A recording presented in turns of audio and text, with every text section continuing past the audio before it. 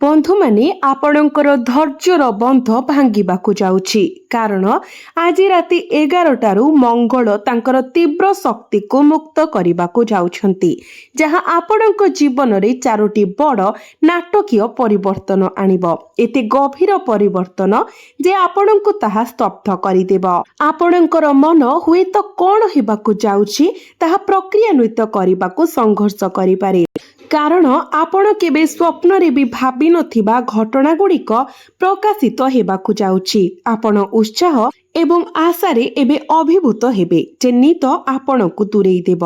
मंगल आपणक पक्षरे समान हेबा सहित किछि बड़ हेबा पाई समय आसीछि। एपरि घटना घटिब जहाँ आपणकर शत्रु माननकू मध्य आपणक पक्षरे भिक्षा मागिबाकू छाड़ीदेब। 7 पीढ़ी धरी आपणक वंशकू जो दारिद्र्य भोग करिबाकू पड़ुछि ताहा लोप पाइबाकू जाउछि। जेतेबेले मंगल देवता माननकर सेनापति काहा उपरे संतुष्ट हुअंती सेई व्यक्ति राताराति धनी होई पारंती। एते प्रचुरता खुशी एवं शांति पाई पारंती जे सेमानंकर परवर्ती 7 पीढ़ी केबे अभावर सम्मुखीन हेबे नाही। सेमाने केबे अभाव न थाई सेई संपत्ति रे बंची पारिबे। एबे मंगल आपणक उपरे तांकर कृपा प्रदान करुछंती तो आपण कोन परिवर्तन देखिबे एवं आपणकू केउ सतर्कता अवलंबन करिबाकू पड़िबो। मंगलंकर उपस्थिति आपणक जीवन रे खुशी आनिब एहा सहित चैलेंज मध्य देब। एहा व्यतीत आपणकू किछि सतर्कतार मध्य आवश्यक पड़िबो। जदि आपण सतर्क न रुहंती तेबे आगामी समृद्धि देवी लक्ष्मी आपणक ठारू दूरेई जाई पारंती। आपण वर्तमान बहुत क्षति सहिछंती। संपर्क टंका संपत्ति घर एपरिकी रक्त संपर्क आपण आशा हराई देइछंती किंतु जहा हराइथिले ताहा पुनरुद्धार करिबार समय आसीछि एवं सुध सहित आपण अपार धैर्य व्यवहार करिछंती। विश्वास करिछंती जे परमेश्वर आपणकर कथा सुनिबे एवं न्यायर देवता शनि आपणकर कठिन परिश्रम को पुरस्कार करिबे। धैर्यर सेही बंध कष्टकर थिला एवं एबे एहा शेषरे भांगी जाउछि। आपण आपणकर धैर्यर पुरस्कार पाइबाकू जाउछंती। आपण यथेष्ट अपेक्षा करिछंती। एबे आपणकर प्राप्य पाइबार समय। जो माने ए संपूर्ण वीडियो को आरंभरू शेष पर्यंत देखंती सेमानंक पाई मंगल ग्रह धन एवं समृद्धि समेत महान सुख एवं प्रचुरता प्रदान करबाकू प्रस्तुत। तेबे बंधु माने यह केवल शुभ खबर विषय नुहे बरं यहाको किपरि बुद्धिमान भावरे हासिल करिवे एवं आपणक पाखको आसुथिबा धन को किपरि बजाय रखिबे से विषय मध्य मु ए सब विषय कहिबी। आपणकर सबुठारु बड़ चैलेंज हेउछि आपणकर द्रुत गति रे गति करिबार प्रवृत्ति। आपण वर्तमान शीघ्र एही वीडियो देखुछंती। आपणक मध्यरु अनेक काम द्वारा विचलित होइजिबे एवं वीडियोटी को शेष पर्यंत देखि पारिबे नाही। एहा घटे कारण राहुंकर आपणक उपरे प्रभाव से आपणक भ्रमित करुछि एवं आपणकर ध्यान अन्यत्र करिबाकू चेष्टा करुछि। राहु चाहू नाही जे आपण मंगलंक ठारू शुभ फल किंबा शनिंक ठारू आशीर्वाद पांतु जहा फल रे जेतेबेले आपण एक लाभदायक वीडियो देखंती आपण विचलित होई एहाकू असंपूर्ण छाड़ी दियंती। किंतु जदि आपण आपणकर मन को नियंत्रण करंती इंद्रिय को नियंत्रण करंती तेबे आपण राहुर प्रभाव को परास्त करि पारिबे एवं वीडियो को शेष पर्यंत देखि पारिबे। देखंतु वर्तमान आपणकर सबुठारु बड़ चिंता हेउछि शनिंकर स्थिति। शेष मुहूर्त रे से आपणकर कार्य को विफल करि देउछंती एवं आपणक निज लोक माने मध्य आपणको परित्याग करूछंती। मु जो व्यक्ति को भल पाए से अन्य काहाकू भल पाइबा आरंभ करे किंबा मते विश्वासघातकता करी मो जीवनरू चली जाए। आपणकर एही प्रमुख प्रश्न थिला मु शेषरे केबे एथिरो मुक्ति हेबे। तेबे बंधु माने खूब शीघ्र आपणक जीवन रे गुरुत्वपूर्ण परिवर्तन आसुछि। आपण भगवान शनि एवं मंगल उभयंक ठारू आशीर्वाद पाइबे। आपण स्पष्ट भावरे सेमानंकर पार्थक्य करि पारिबे जो माने प्रकृत रे आपणकर एवं जो माने घास रे साप परी जो माने आपणकर जीवन शक्ति को निष्कासन करंती। आपण एही स्पष्टता पाइबे। आपण सहजरे आपणकर शत्रु मानकु चिन्हट करि पारिबे एवं सेमानंक ठारू ଠାରୁ ଦୂରେଇ ରହିବେ। ଏହା ଆପଣଙ୍କ ପାଇଁ ଏକ ଉତ୍କୃଷ୍ଟ ଖବର। ପରବର୍ତ୍ତୀ ସମୟରେ ବିଚାର କରନ୍ତୁ ଯେ ଆପଣ ନିକଟ ଅତୀତରେ କ'ଣ ହରାଇଛନ୍ତି। ଏହା ଏକ ସମ୍ପର୍କ ଥିଲା କି ଟଙ୍କା? ବୁଧ ସୂର୍ଯ୍ୟଙ୍କ ସହିତ ପଛକୁ ଘୁଞ୍ଚି ଯାଇଥିବା ସମୟରେ ହରାଇଥିଲା। ଆପଣ ଏବେ ଆହୁରି ଭଲ କିଛି ପାଇବାକୁ ଯାଉଛନ୍ତି। ଯଦି ଆପଣ ଜଣେ ପ୍ରିୟ ସାଥୀଙ୍କୁ ହରାଇଛନ୍ତି ଯିଏ ଆପଣଙ୍କୁ ବିଶ୍ୱାସଘାତକତା କରି ଚାଲିଯାଇଛି, ତେବେ ଆପଣ ବହୁତ ଭଲ କାହାକୁ ଭେଟିବାକୁ ଯାଉଛନ୍ତି। ଜଣେ ସାଥୀ ଯିଏ ଆପଣଙ୍କର ଭାବନାକୁ ମୂଲ୍ୟ ଦେବ, ଆପଣଙ୍କର ଯନ୍ତ୍ରଣାକୁ ବୁଝିବ ଏବଂ ପ୍ରକୃତରେ ଆପଣଙ୍କ ପାଖରେ ଠିଆ ହେବ। ଯଦି ଆପଣ ଟଙ୍କା ହରାଇଛନ୍ତି, ତେବେ ଆପଣ ତାହା ପୁନରୁଦ୍ଧାର କରିବେ ଏବଂ ସୁଧ ସହିତ। ଯଦି ଆପଣ ସମ୍ପତ୍ତି ହରାଇଛନ୍ତି, ତେବେ ଆପଣ ଆହୁରି ଗୁରୁତ୍ୱପୂର୍ଣ୍ଣ କିଛି ପାଇବେ। ସଂକ୍ଷେପରେ, ଆପଣ ଯାହା ହରାଇଛନ୍ତି ତାହାଠାରୁ ଉତ୍କୃଷ୍ଟ କିଛି ପାଇବେ। ତେଣୁ ପ୍ରସ୍ତୁତ ରୁହନ୍ତୁ। ବନ୍ଧୁମାନେ, ଏହି ସମୟରେ ଆପଣଙ୍କୁ କିଛି ଜିନିଷ ଛାଡ଼ିବାକୁ ପଡ଼ିପାରେ। ଉଦାହରଣ ସ୍ୱରୂପ, ସ୍ୱାର୍ଥପର ସମ୍ପର୍କ ଦୂରେଇ ଯାଇପାରେ। ଆପଣ ଅନୁଭବ କରିପାରନ୍ତି ଯେ ଘନିଷ୍ଠ ସମ୍ପର୍କ, ସେଗୁଡ଼ିକ ବନ୍ଧୁତା ହେଉ କିମ୍ବା ରକ୍ତ ସମ୍ପର୍କ, ଆପଣଙ୍କ ଜୀବନରୁ ଖସି ଯାଉଛି। ତଥାପି ଏହା ଶନିଦେବଙ୍କର ଯୋଜନା। ଯଦି ଜଣେ ବନ୍ଧୁ ସ୍ୱାର୍ଥପର କିମ୍ବା କ୍ଷତିକାରକ, ତେବେ ସେ ଚୁପଚାପ ଆପଣଙ୍କ ଜୀବନରୁ ବାହାରିଯିବ।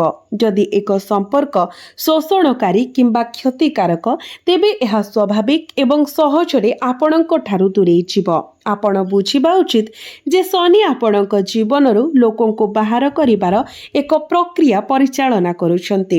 ଆପଣ ତୁଚ୍ଛ ସମ୍ପର୍କ ଏବଂ ବାହ୍ୟ ବନ୍ଧୁତାରୁ ମୁକ୍ତ ହେବାକୁ ଯାଉଛନ୍ତି। ଯଦି ଆପଣ ଦୁଃଖ ଅନୁଭବ କରୁଛନ୍ତି, ତେବେ ଆପଣଙ୍କର ଭାବନାକୁ ନିୟନ୍ତ୍ରଣରେ ରଖିବାକୁ ଚେଷ୍ଟା କରନ୍ତୁ। ଆପଣ ଗତ କିଛି ବର୍ଷ ଧରି ଅପାର ଧୈର୍ଯ୍ୟ ରଖିଛନ୍ତି, କେବଳ ଅପେକ୍ଷା କରି ଏବଂ ଈଶ୍ୱରଙ୍କୁ ନିବେଦନ କରି। ଆପଣଙ୍କର ସମୟ କେବେ ଆସିବ ବୋଲି ପଚାରି। ତେବେ ମନେ ରଖନ୍ତୁ, ସେହି ମୁହୂର୍ତ୍ତ ଆସିଗଲା। ଶନି ଏବେ ଆପଣଙ୍କୁ ପୁରସ୍କାର ଦେବା ପାଇଁ ଯାଉଛନ୍ତି। ଆପଣ କ'ଣ ପାଇବେ? ଆପଣଙ୍କ କଠିନ ପରିଶ୍ରମର ଫଳ, ଆପଣ ପୂର୍ବରୁ କରିଥିବା ପ୍ରୟାସର ଫଳ।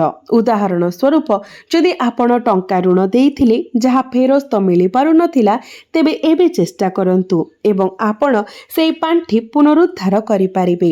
ପୂର୍ବରୁ ଅଟକି ରହିଥିବା ଏକ ଚୁକ୍ତି ଏବେ ସଫଳତାର ସହ ସମାପ୍ତ ହେବ।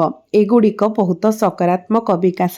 ଅତୀତର ଜିନିଷଗୁଡ଼ିକ ଆପଣଙ୍କ ପାଖକୁ ଫେରି ଆସୁଛି ଏବଂ ସୁଧ ସହିତ ମଧ୍ୟ। ଏହା ଆପଣଙ୍କ ପାଇଁ ଏକ ସମ୍ପୂର୍ଣ୍ଣ ନିଶ୍ଚିତ। କିନ୍ତୁ ମନେ ରଖନ୍ତୁ, ଆଗାମୀ ସମୟରେ ଆପଣଙ୍କର କଥାବାର୍ତ୍ତା ବିଷୟରେ ଟିକେ ସତର୍କତା ଅବଲମ୍ବନ କରିବାକୁ ପଡ଼ିବ, କାରଣ କଠୋର ଶବ୍ଦ ଅସୁବିଧା ସୃଷ୍ଟି କରିପାରେ। ସ୍ୱଭାବତଃ ଆପଣଙ୍କର ହୃଦୟ ସମ୍ପୂର୍ଣ୍ଣ ସ୍ୱଚ୍ଛ, ପାଣି ପରି, ପ୍ରକୃତରେ ପବିତ୍ର। ଆପଣ କେବେ ବି କାହାର ଭାବନାକୁ ଆଘାତ ଦେବାକୁ ଚାହାନ୍ତି ନାହିଁ। ତଥାପି ଆପଣଙ୍କର ମଧ୍ୟ ଏକ ହୃଦୟ ଅଛି, ଏକ ମନ ଅଛି, ଯାହା ମହମ ପରି ନରମ। ବାହ୍ୟ ଦୃଷ୍ଟିରୁ ଆପଣ କଠୋର ଦେଖାଯାଇପାରନ୍ତି, କିନ୍ତୁ ଗଭୀର ଭାବରେ ଆପଣ ବହୁତ ହିଁ କୋମଳ। ଆପଣ କେବଳ କେହି ଜଣେ ଆପଣଙ୍କୁ ବୁଝିବା ପାଇଁ ଇଚ୍ଛା କରୁଛନ୍ତି, ଆପଣଙ୍କର ଭାବନାକୁ ପ୍ରକୃତରେ ବୁଝିବା ପାଇଁ। ସର୍ବୋପରି, ଆପଣ ସମସ୍ତଙ୍କ ପାଇଁ ବହୁତ କିଛି କରୁଛନ୍ତି। ଆପଣ ଅନ୍ୟମାନଙ୍କୁ ସମର୍ଥନ କରିଛନ୍ତି, ବୁଡ଼ି ଯାଉଥିବା ଲୋକଙ୍କୁ କୂଳ ଖୋଜିବାରେ ସାହାଯ୍ୟ କରିଛନ୍ତି ଏବଂ ଜୀବନ ମଧ୍ୟ ବଞ୍ଚାଇଛନ୍ତି। ଆପଣ ଲୋକମାନଙ୍କୁ ସମସ୍ତ ପ୍ରକାରେ ସାହାଯ୍ୟ କରିଛନ୍ତି, ଟଙ୍କା, ସମ୍ପତ୍ତି ଏବଂ ସମ୍ବଳ ସହିତ। ଏପରିକି ଆପଣଙ୍କର ନିଜସ୍ୱ ଖାଦ୍ୟ ମଧ୍ୟ ଦେଇଛନ୍ତି। ଆପଣ ଅନ୍ୟମାନଙ୍କ ପାଇଁ ନିଜର ସ୍ୱପ୍ନ ଏବଂ ଇଚ୍ଛାକୁ ଦମନ କରିଛନ୍ତି। ତଥାପି ଅନୁତାପ ସେତେବେଳେ ହୁଏ ଯେତେବେଳେ ଆପଣ ନିଜକୁ ଆବଶ୍ୟକତାରେ ପାଆନ୍ତି, ଟଙ୍କା, ସାଥୀ କିମ୍ବା ନିଜର ଭାବନା ପାଇଁ, ଏବଂ ଆପଣ ସାହାଯ୍ୟ କରିଥିବା ଲୋକମାନେ ଏପରି ବ୍ୟବହାର କରନ୍ତି ଯେପରି ସେମାନେ ଆପଣଙ୍କୁ ଜାଣନ୍ତି ନାହିଁ। ଆପଣ ଚାହୁଁଛନ୍ତି ଯେ କେହି ବିନା ପଚାରି ସାହାଯ୍ୟ କରୁ, ଆପଣଙ୍କର ଭାବନାକୁ ବୁଝିବା ପାଇଁ, କିନ୍ତୁ କେହି ବି ସେମିତି କରନ୍ତି ନାହିଁ। ଆପଣ ଆଭ୍ୟନ୍ତରୀଣ ଭାବରେ ନିଜକୁ ପ୍ରଶ୍ନ କରୁଛନ୍ତି, ନୀରବରେ କଷ୍ଟ ପାଉଛନ୍ତି। ଏବେ ଯେତେବେଳେ ବର୍ତ୍ତମାନ ଏହି ସବୁ ଜିନିଷର ଶେଷ ପର୍ଯ୍ୟାୟ ଆସୁଛି, ଆପଣ ଅନ୍ତର୍ନିହିତ ଭାବରେ ଦୃଢ଼ ହେଉଛନ୍ତି। ଆପଣ ଅନୁଭବ କରିବେ ଯେ ଆପଣ ଆଭ୍ୟନ୍ତରୀଣ ଶକ୍ତି ଲାଭ କରୁଛନ୍ତି। ଅନ୍ୟମାନଙ୍କର ସମର୍ଥ ମିଳୁ କି ନ ମିଳୁ, ଆପଣ ଆପଣଙ୍କର ସଂଘର୍ଷକୁ ବୁଝିପାରିବେ ଏବଂ ନିଜେ ସମାଧାନ ପାଇବେ। ଆପଣ ସବୁଠାରୁ ବଡ଼ କଷ୍ଟକୁ ମଧ୍ୟ ପରାସ୍ତ କରିପାରିବେ ଏବଂ ଯେଉଁମାନେ ଆପଣଙ୍କୁ ବୁଝିବାରେ ବିଫଳ ହୁଅନ୍ତି, ସେମାନେ ଆପଣଙ୍କ ଦୃଷ୍ଟିରେ କୌଣସି ମୂଲ୍ୟ ରଖନ୍ତି ନାହିଁ। ମୁଁ ଏହା ଜାଣେ କାରଣ ସେମାନେ ଆପଣଙ୍କ ତୁଳନାରେ ନଗଣ୍ୟ। ଆପଣଙ୍କର ହୃଦୟ ଏବଂ ଆତ୍ମା ପ୍ରକୃତରେ ବିଶାଳ। ସେମାନଙ୍କର ଯେକୌଣସି ଭୌତିକ ସମ୍ପତ୍ତି ଅପେକ୍ଷା ବହୁତ ବଡ଼। କିନ୍ତୁ ଯେତେବେଳେ ମାନବତାର କଥା ଆସେ, ଆପଣଙ୍କର ଅନ୍ତରାତ୍ମା ଏବଂ ଆପଣଙ୍କର ହୃଦୟ ବିଷୟରେ କହିବାକୁ ଗଲେ ଆପଣ ସବୁଠାରୁ ଆଗରେ ଠିଆ ହୁଅନ୍ତି। ଏବଂ ବନ୍ଧୁମାନେ, ଗୋଟିଏ କଥା ମନେ ରଖନ୍ତୁ, ଆଗାମୀ ସମୟରେ ଆପଣଙ୍କୁ ଲୋକଙ୍କ ସହିତ ଟିକେ କମ୍ ଭାବପ୍ରବଣ ଭାବରେ ଜଡ଼ିତ ହେବା ଆବଶ୍ୟକ। ଆପଣଙ୍କୁ କ'ଣ କରିବାକୁ ପଡ଼ିବ? ଆପଣଙ୍କର ହୃଦୟ ସହିତ କମ୍ ସଂଯୋଗ ସ୍ଥାପନ କରନ୍ତୁ। ଆପଣଙ୍କର ସମ୍ପର୍କ ଏବଂ ପାରିବାରିକ ସମ୍ପର୍କକୁ ଭଲ ଭାବରେ ପୂରଣ କରନ୍ତୁ। ସେମାନଙ୍କୁ ଭଲ ଭାବରେ ସମ୍ମାନ ଦିଅନ୍ତୁ, କିନ୍ତୁ ଆପଣଙ୍କର ହୃଦୟକୁ ଟିକେ କମ୍ ବ୍ୟବହାର କରନ୍ତୁ। ଏବେ ଆପଣଙ୍କୁ ଆପଣଙ୍କର ବୁଦ୍ଧି ବ୍ୟବହାର କରିବାକୁ ପଡ଼ିବ। ଆପଣ ଆପଣଙ୍କର ସମଗ୍ର ଜୀବନ ହୃଦୟରୁ ଅଭିନୟ କରି, ଭାବପ୍ରବଣ ଭାବରେ ଅଭିନୟ କରି, କିନ୍ତୁ ଏବେ ଆପଣଙ୍କୁ ଆପଣଙ୍କର ମନ ବ୍ୟବହାର କରିବାକୁ ପଡ଼ିବ, କାରଣ ଭଗବାନ ଶନି ଆପଣଙ୍କ ଠାରୁ ଏହା ଚାହୁଁଛନ୍ତି। ଥରେ ଆପଣ ଆପଣଙ୍କର ବୁଦ୍ଧି ବ୍ୟବହାର କରିବା ଆରମ୍ଭ କରିଦିଅନ୍ତୁ। ଭଗବାନ ଶନି ସ୍ୱୟଂଚାଳିତ ଭାବରେ ଆପଣଙ୍କୁ ଅନୁକୂଳ ଫଳାଫଳ ପ୍ରଦାନ କରିବେ। ଏହା ହୃଦୟର ବିଷୟ ହେଉ, ମନର ବିଷୟ ହେଉ କିମ୍ବା ଧନର ବିଷୟ ହେଉ, ଆପଣ ସବୁକିଛି ଗ୍ରହଣ କରିବାକୁ ପ୍ରସ୍ତୁତ। ତେଣୁ ଏବେ ଆପଣଙ୍କର ବୁଦ୍ଧି ବ୍ୟବହାର କରନ୍ତୁ। ଯଦି କେହି ଆପଣଙ୍କୁ ମିଠା କଥା କୁହନ୍ତି, ତେବେ କେବଳ ଭାବନ୍ତୁ ନାହିଁ ଯେ ସେ ବହୁତ ଭଲ ବ୍ୟକ୍ତି, ବରଂ ନିଜକୁ ପଚାରନ୍ତୁ, ଏହି ବ୍ୟକ୍ତି ମୋ ସହିତ ଏତେ ମିଠା କଥା କାହିଁକି କହୁଛନ୍ତି? ଏହାର ମୂଳ କାରଣ କ'ଣ? ସେମାନେ ମୋ ଠାରୁ କିଛି ପାଇବାକୁ ଚେଷ୍ଟା କରୁଛନ୍ତି କି, ନା ସେମାନେ ପ୍ରକୃତରେ ଜଣେ ଶୁଭେଚ୍ଛାକାରୀ? ଆପଣଙ୍କୁ ଆପଣଙ୍କର ବୁଦ୍ଧି ବ୍ୟବହାର କରିବାକୁ ପଡ଼ିବ। ଯଦି ଆପଣ କେବଳ ଆପଣଙ୍କର ହୃଦୟ ଉପରେ ନିର୍ଭର କରନ୍ତି, ତେବେ ଆପଣ କେବଳ ଭାବିପାରନ୍ତି, ସେମାନେ ମୋର ନିଜର, ସେମାନେ ମୋ ସହିତ ଖୁବ୍ ସୁନ୍ଦର ଭାବରେ କଥା ହେଉଛନ୍ତି, ସେମାନେ ଜଣେ ପ୍ରେମିକ ହୋଇପାରନ୍ତି। ନା, ଆପଣଙ୍କର ବୁଦ୍ଧି ବ୍ୟବହାର କରନ୍ତୁ, କାରଣ ଆପଣଙ୍କର ହୃଦୟ ସର୍ବଦା ଆପଣଙ୍କୁ ଯନ୍ତ୍ରଣା ଦେଇଛି। ଆପଣଙ୍କର ହୃଦୟ ମଧ୍ୟ ଆପଣଙ୍କର ସବୁଠାରୁ ବଡ଼ ଦୁର୍ବଳତା। ତେଣୁ ଆଉ ଏପରି ବ୍ୟବହାର କରନ୍ତୁ ନାହିଁ। ଦେଖନ୍ତୁ, ଜୀବନରେ ସବୁଠାରୁ ଗୁରୁତ୍ୱପୂର୍ଣ୍ଣ କଥା ହେଉଛି ପ୍ରତିକାରାତ୍ମକ ପଦକ୍ଷେପ ନେବା। ବନ୍ଧୁମାନେ, କେହି ଜଣେ ଆପଣଙ୍କ ଠାରୁ ଫାଇଦା ନେବାକୁ ଚେଷ୍ଟା କରିପାରନ୍ତି, କେହି ଜଣେ ଆପଣଙ୍କ ଉପରେ ନିଜର ମତାମତ ଲଦିବାକୁ ଚେଷ୍ଟା କରିପାରନ୍ତି ଏବଂ ଆପଣଙ୍କ ମତାମତ ଶୁଣିବାକୁ ମିଳିନପାରେ, ଯାହା ଆପଣଙ୍କର କ୍ରୋଧକୁ ଉତ୍ତେଜିତ କରିପାରେ। ଆପଣ ଆପଣଙ୍କର ବସ୍ଙ୍କ ସହିତ ଯୁକ୍ତ କରିପାରନ୍ତି କିମ୍ବା ଜଣେ ଉଚ୍ଚପଦସ୍ଥ ବ୍ୟକ୍ତିଙ୍କୁ ଅସମ୍ମାନ ମଧ୍ୟ କରିପାରନ୍ତି। ଏପରି ପରିସ୍ଥିତି ସୃଷ୍ଟି ହୋଇପାରେ। ତେଣୁ ସତର୍କ ରୁହନ୍ତୁ ଏବଂ ଜିନିଷଗୁଡ଼ିକୁ ସ୍ୱାଭାବିକ ଭାବରେ ସମାଧାନ କରିବାକୁ ଦିଅନ୍ତୁ। ଏହା ସର୍ବଦା ଆବଶ୍ୟକ ନୁହେଁ ଯେ ପ୍ରତ୍ୟେକ ଥର ରାଗିବା କିମ୍ବା ଜିଦ୍ କରିବା ଏବଂ ସବୁକିଛି ଆପଣଙ୍କ ଇଚ୍ଛା ଅନୁସାରେ ହେବା। ଆପଣଙ୍କ ପାଇଁ ଆପଣ ପ୍ରାୟତଃ ଜିନିଷଗୁଡ଼ିକୁ ଆପଣଙ୍କ ଇଚ୍ଛା ଅନୁସାରେ ହେଉ ବୋଲି ଚାହାନ୍ତି, କିନ୍ତୁ ତାହା ସର୍ବଦା ହୁଏ ନାହିଁ। ତେଣୁ ଟିକେ ସତର୍କ ରହିବାକୁ ଚେଷ୍ଟା କରନ୍ତୁ। ବର୍ତ୍ତମାନ ଆପଣଙ୍କର ଜୀବନ ଶକ୍ତି ବୃଦ୍ଧି ପାଇବାକୁ ଯାଉଛି ଏବଂ ଗ୍ରହ ସଂଯୋଜନ ମଧ୍ୟ ବହୁତ ଆଶାଜନକ ଦେଖାଯାଉଛି। ଯେକୌଣସି ଦୀର୍ଘକାଳୀନ ବିବାଦ ସହ ଜଡ଼ିତ ଆଇନଗତ ମାମଲା, ଭାଇ ଭଉଣୀଙ୍କ ମଧ୍ୟରେ ଦ୍ୱନ୍ଦ୍ୱ କିମ୍ବା ଆପଣଙ୍କ ଜୀବନସାଥୀଙ୍କ ସହିତ ସମସ୍ୟା ଏବେ ସମାଧାନ ହେବା ପାଇଁ ଯାଉଛି। ଆପଣ ଏହି ଦ୍ୱନ୍ଦ୍ୱରୁ ଆରାମ ପାଇବେ। ମନେ ରଖନ୍ତୁ ଯେ ଭଗବାନ ଶନି କେବେ ବି କୌଣସି ଜିନିଷ ନଷ୍ଟ ହେବାକୁ ଦିଅନ୍ତି ନାହିଁ। ସେ ଆପଣଙ୍କ ଝାଳର ପ୍ରତ୍ୟେକ ବୁନ୍ଦା ପାଇଁ ହିସାବ ଦିଅନ୍ତି। ଏବେ ହିସାବ କରିବାର ସମୟ, ହିସାବ ନିର୍ଣ୍ଣୟ, ଯେଉଁଠାରେ ଆପଣ ଆପଣଙ୍କର କଠିନ ପରିଶ୍ରମର ଫଳ ପାଇବେ। ଯଦି ଆପଣ 5 ମାସ ପୂର୍ବରୁ କରିଥିବା ପ୍ରୟାସର ଫଳ ପାଇନାହାନ୍ତି, ତେବେ ଆପଣ ସେଗୁଡ଼ିକ ଏବେ ପାଇପାରନ୍ତି। ଅଟକି ରହିଥିବା ଦେୟ କିମ୍ବା ବାକି ଥିବା ଟଙ୍କା ଆସିପାରେ।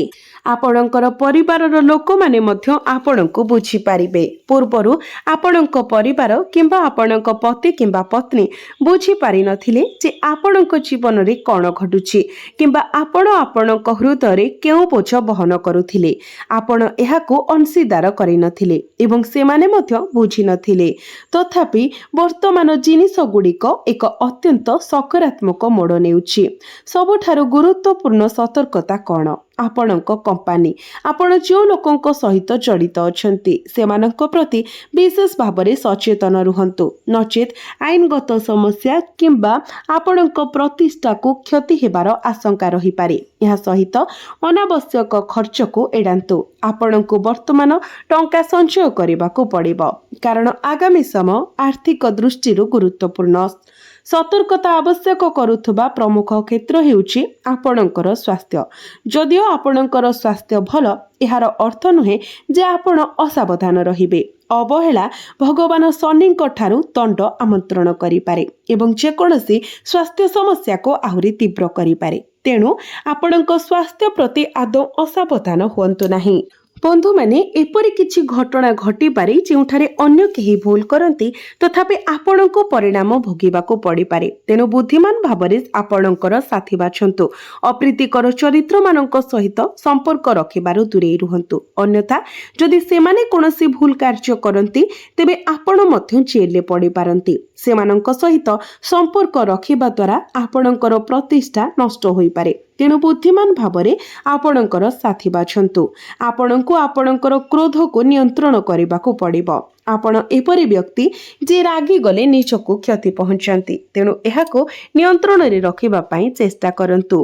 ଆତ୍ମନିୟନ୍ତ୍ରଣ କରନ୍ତୁ ଏବଂ ଅନାବଶ୍ୟକ ଚିନ୍ତାଧାରାକୁ ଆପଣଙ୍କ ମନକୁ ଅସ୍ଥିର କରିବାକୁ ଦିଅନ୍ତୁ ନାହିଁ। ବିଷୟଗୁଡ଼ିକୁ ଅଧିକ ଚିନ୍ତା କରନ୍ତୁ ନାହିଁ ଏବଂ ଆପଣଙ୍କ ଭାବନା ଦ୍ୱାରା ପ୍ରଭାବିତ ନ ହେବା ପାଇଁ ସତର୍କ ରୁହନ୍ତୁ। ଆପଣ ରାତିରେ ବହୁତ ଚିନ୍ତା କରୁଛନ୍ତି ଏବଂ ହୁଏତ ଏବେ ବି ଏପରି କରୁଛନ୍ତି। ତେଣୁ ଅଧିକ ଚିନ୍ତା କରିବା ବନ୍ଦ କରିବାକୁ ଚେଷ୍ଟା କରନ୍ତୁ ଏବଂ ନିଜକୁ ଯଥାସମ୍ଭବ ବ୍ୟସ୍ତ ରଖନ୍ତୁ। ରାହୁ ନିଜର ପ୍ରଭାବ ପ୍ରୟୋଗ କରୁଥିବା ବେଳେ ବ୍ୟସ୍ତ ରହିବା ଏହାର ପ୍ରଭାବକୁ ହ୍ରାସ କରିବାରେ ସାହାଯ୍ୟ କରେ। ତେଣୁ ଏହା କରିବା ପାଇଁ ସଚେତନ ପ୍ରୟାସ କରନ୍ତୁ। ଅତୀତରେ ଆପଣ ଯାହା ହରାଇଥିଲେ ବର୍ତ୍ତମାନ ଆପଣ ତାହା ଫେରି ପାଇବାକୁ ଯାଉଛନ୍ତି। ତାହା ସମ୍ପର୍କ ଥିଲା କି ହାତଛଡ଼ା ସୁଯୋଗ। ସବୁକିଛି ଆପଣଙ୍କ ପାଖକୁ ଫେରି ଆସୁଛି। ତେଣୁ ପ୍ରସ୍ତୁତ ହୁଅନ୍ତୁ ଏବଂ ଆପଣଙ୍କର ସମଗ୍ର ବିଶ୍ୱ ପରିବର୍ତ୍ତନ ହେବାକୁ ଯାଉଛି ତାହା ଦେଖିବା ପାଇଁ ନିଜକୁ ପ୍ରସ୍ତୁତ ରଖନ୍ତୁ। ଆଗାମୀ ସମୟ ପ୍ରକୃତରେ ଚମତ୍କାର ଏବଂ ଆପଣଙ୍କର ସମସ୍ତ କାର୍ଯ୍ୟ ସହଜରେ ସମାପ୍ତ ହେବା ପାଇଁ ଆପଣଙ୍କୁ ଆବଶ୍ୟକ ସତର୍କତା ମଧ୍ୟ ଅଛି, ଯାହା ମୁଁ ଆପଣଙ୍କୁ ଉଲ୍ଲେଖ କରିସାରିଛି। ଆପଣଙ୍କ ଜୀବନ ଏବେ ଧୀରେ ଧୀରେ ଟ୍ରାକକୁ ଫେରି ଆସୁଛି। ଆପଣ ବର୍ଷ ବର୍ଷ ଧରି ଯେଉଁ ଅଶାନ୍ତି ସହ୍ୟ କରିଛନ୍ତି, ପ୍ରାୟତଃ ଅନୁଭବ କରିଛନ୍ତି ଯେ ଭଲ ଦିନ କେବେ ଫେରିବ କି ନାହିଁ, ଆପଣଙ୍କର ସ୍ୱପ୍ନ ପୂର୍ଣ୍ଣ ହେବ କି ନାହିଁ। ମନେ ରଖନ୍ତୁ, ପ୍ରତ୍ୟେକ ରାତି ପରେ ଏକ ସୂର୍ଯ୍ୟୋଦୟ ହୁଏ। ଯଦିଓ ରାତି କିଛି ଭାରି ଏବଂ କଷ୍ଟକର ଲାଗିପାରେ, କିନ୍ତୁ ସୂର୍ଯ୍ୟୋଦୟ ଅନିବାର୍ଯ୍ୟ। ଏବେ ଆପଣଙ୍କ ଜୀବନରେ ଖୁସିର ସୂର୍ଯ୍ୟ ଉଇଁବାକୁ ଯାଉଛି ଏବଂ ଆପଣ ଯେଉଁ ଅନ୍ଧାର ରାତି ଦେଇ ଯାଇଥିଲେ ତାହା ଶେଷରେ ସମାପ୍ତ ହେବା ପାଇଁ ଯାଉଛି। ଖୁସି ଦିଗନ୍ତରେ ଅଛି। ଆପଣଙ୍କର ପ୍ରଗତିର ପଥରେ ଯେଉଁ ପ୍ରତିବନ୍ଧକ ଗୁଡ଼ିକ ଥିଲା ତାହା ବର୍ତ୍ତମାନ ଉଭାନ ହେବା ପାଇଁ ଯାଉଛି। ଜୀବନରେ ଆପଣଙ୍କୁ ଅଟକାଇ ରଖିଥିବା ସ୍ଥଗିତାଦେଶ ଏବଂ ବାଧାରୁ ଆପଣ ମୁକ୍ତି ପାଇବା ପାଇଁ ଯାଉଛନ୍ତି।